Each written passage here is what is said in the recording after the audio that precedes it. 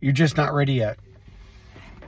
You're just not ready to come to the end of yourself in the misery that you're involved in.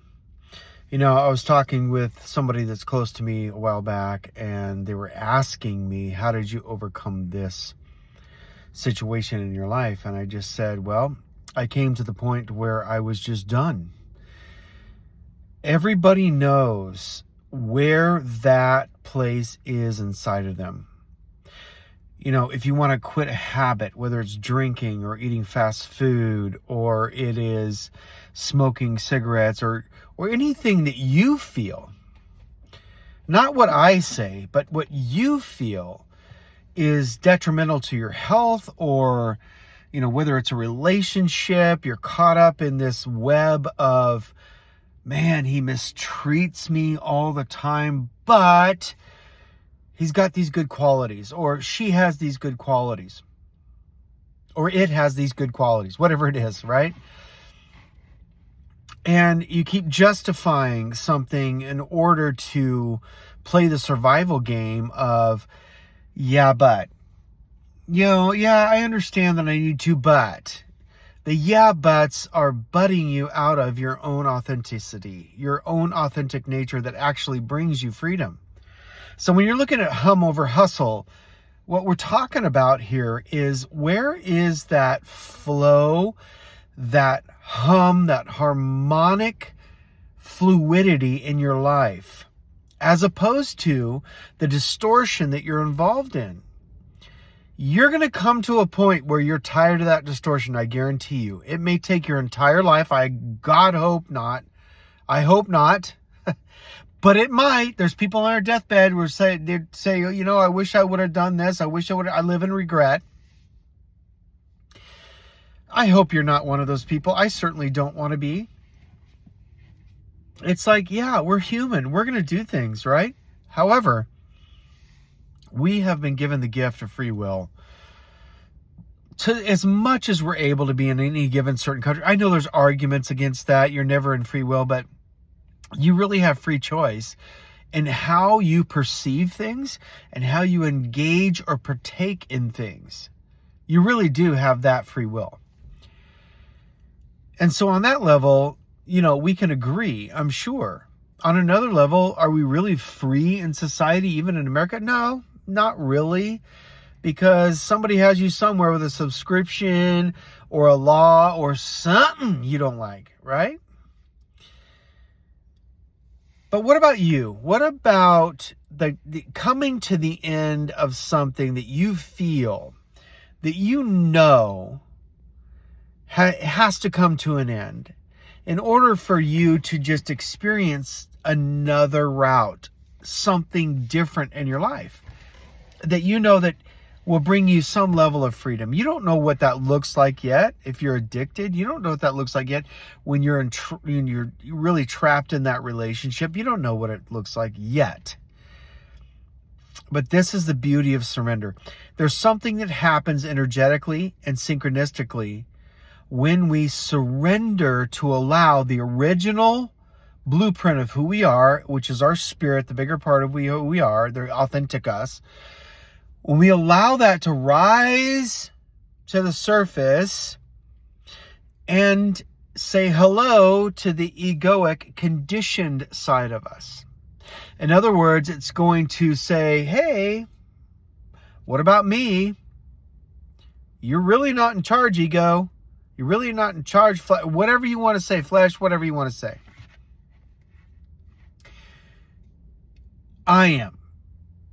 At some point through surrender, that will become a part of your existence that will literally liberate your life in every way.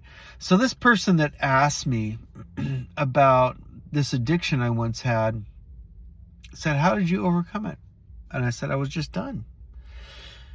I came to the point where I was done with that.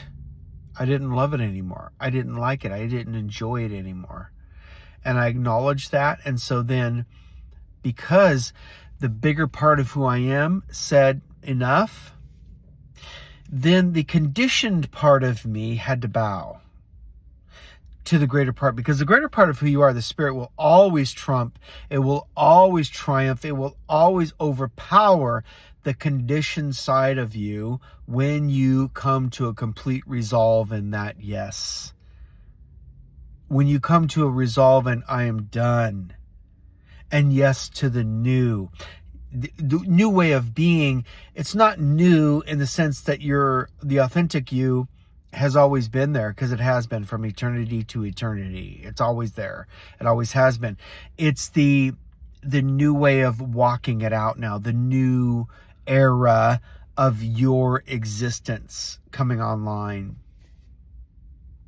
So where are you at in that process? That's the question. I'm here in front of you, just an ordinary guy saying, well, have you come to the end of it yet? Have you just had enough? Yes, you listening to this, have you had enough? Well, if you haven't, just keep on doing what you're doing, and you'll realize that the voice inside, the voice of authenticity, you, is going to get louder and louder, and then situations and circumstances are going to get louder and louder. Maybe you get another DUI, maybe you get arrested, maybe that person cheats on you, maybe that business deal goes south, maybe that job, they fire you. Whatever it is, it's going to force you into the question, are you done yet? Are you done yet? I can tell you there's areas in my life where I'm facing that question. Am I done yet? And it can be a number of different things. Are you done worrying? Are you done fearing? Are you done with the addiction? Are you done with the relationship? Are you done with that job that's killing you? Are you done with the ego that's trying to lead and dominate your life? There's a number of different things.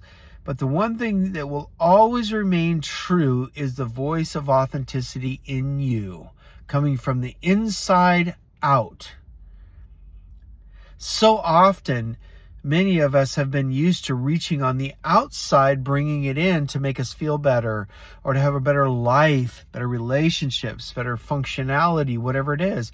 We're reaching outward. And that's exactly what the ego and the mimic system want. The false matrix, I like to call it, that keeps us enslaved, loves to keep us reaching outward instead of going inward. Intuition.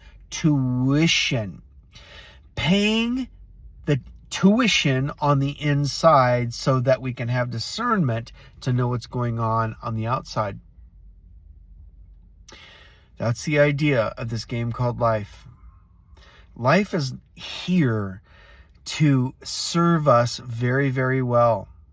Oftentimes we come up against it and we say, no, I'm not doing that because I have a better way. This is where the breach happened in humanity way, way, way, way back in creation. When the breach said, I can do it better than you, God. I can do it better than you. So I'm going to do it my own way. And then sweat and toil, hardship, hard work, labor, all the grind, the sweat, the hustle, all of that was introduced afterwards to say, okay, I've got this, God. You stay up there. You stay out there. I got it. I can take care of my own. You know what I'm saying? And then we go down the path of survival. Fight, flight, and freeze. Fight, flight, and freeze. Over and over and over again until we're done. Are you done yet? That's the big fat question of the day and the hour. Are you done yet? When you come to the place of done, when you come to the city called done, when you come to the oasis called done, when you come to the existence called done, that is when life becomes really fun. Then you discover your own authenticity that literally catapults you into a different dimension called the Eden mindset, I call it. The original blueprint of how you and I were designed. And that is to have fun playing what we came here to play, in the tone and the tune and the harmonics we came here to play. What do you love doing? Has that been buried? through all of the I'm not done yets? What do you enjoy doing? What gives you life? What gives you ecstasy? What gives you this existence in one given day where it doesn't feel like work? Because hard work comes out of the I'm not done yet. The ego. That's where hard work lives. Hard work in relationships. Hard work in work. Hard work in existence. Everything's hard. Everything's hard work. Everything's just, I just got to grind. I've got to stress. I've got to, you know what? Don't listen to these gurus that say, grind it out, and they feel, they make you feel like in all their advertisings where you pay them thousands of dollars to market your idea, whatever.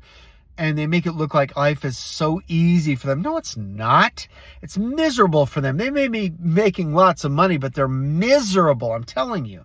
They are. I know some of them. It's when you come to the point of realization that, hey, I'm done with this. I want to live my authentic life.